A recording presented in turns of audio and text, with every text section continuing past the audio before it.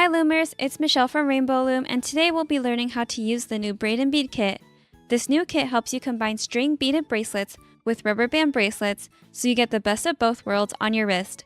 In the Braid and Bead kit, you get 6 types of beads, 390 total, plus plastic needles to help you thread the beads, and 2 threads, 1 orange and 1 yellow.